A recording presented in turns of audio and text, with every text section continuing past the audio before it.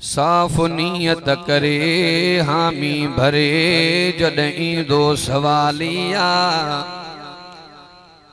साफ नियत करे हामी भरे हा जॾहिं दो सवालिया।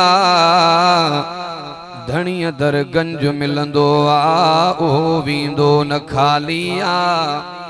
हुकूमत ला सवालिया जे आया से अघजी वया। नबीअ जे दीन दामन में, नबीअ जे दीन दामन में विढ़ल आया बे अघजी व्या। नबीअ जे दीन दामन में विढ़ल आया बे अघजी व्या।